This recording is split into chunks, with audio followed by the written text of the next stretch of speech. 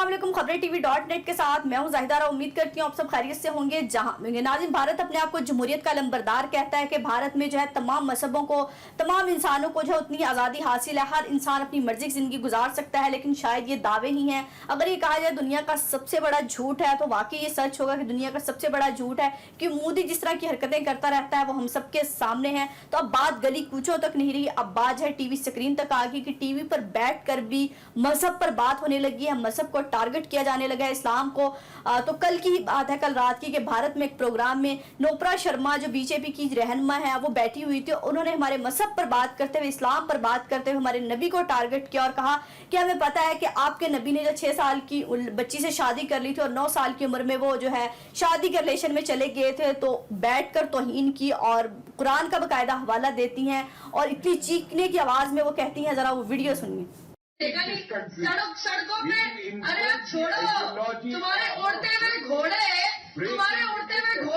And earth is flat, जो कुरान में आपके लिखा है बकायदा, उसका मजाक उड़ाना शुरू कर दूं? 6 साल की बच्ची से प्यार करके 9 साल में you having sex with prophet Mohammad ने बोलना शुरू कर दूं मैं? हाँ, earth is flat according to Quran 88:20। बकवास ना कीजिए, उड़ते हुए घोड़े पे बैठकर खून हो जाइए।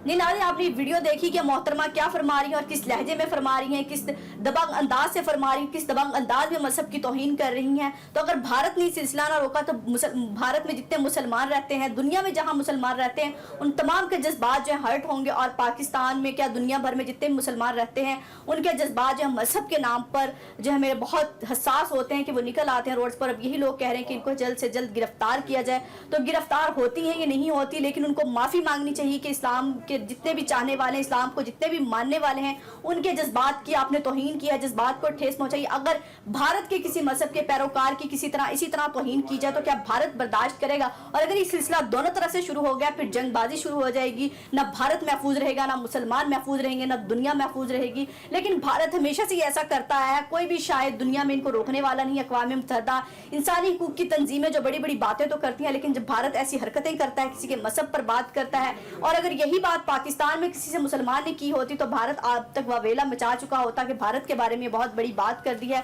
लेकिन मुसलमानों के मजहब के बारे में ये बात की। और तो अभी तक भारत जागा नहीं है। अभी ट्रेंड तो पाकिस्तान में चल रहा है कि उसे गिरफ्तार किया जाए, लेकिन भारत जो इस पर भी कोई ऐसी लॉजिक पेश करेगा, ऐसी बात करेगा कि वो उन्होंने इस सेंस में नहीं की थी, लेकिन किसी और की लॉजिक की, किसी और की बात उनको नहीं समझ आएगी। लेकिन अगर भारत के मजहब पर बात करना शुरू कर दी तो फिर ये बात बहुत दूर तक जाएगी। जब बात बहुत दूर तक जाएगी तो फिर दोनों तरफ जंग का सिलसिला होगा, मुसलमान भी रोड पर निकल आएंगे, एहतजाज होगा और ये सिलसिला जो है फिर रुकेगा नहीं और मजहब की तौहीन फिर दोनों तरफ से होगी। तो हमारे मजहब ने हमें यही सिखाया कि आप किसी के मजहब को छेड़ो ना और अपने को छोड़ो ना। तो यही फिरका जो है, यही बात जो है भारत को भी अपनानी चाहिए कि हम नहीं कहते कि आप हमारे मजहब को कबूल करें, लेकिन हमारे मजहब पर बात भी ना की जाए। अपना और अपने प्यारों का बहुत ख्याल रखिएगा, हमें दुआओं में याद रखिएगा। अल्लाह हाफिज।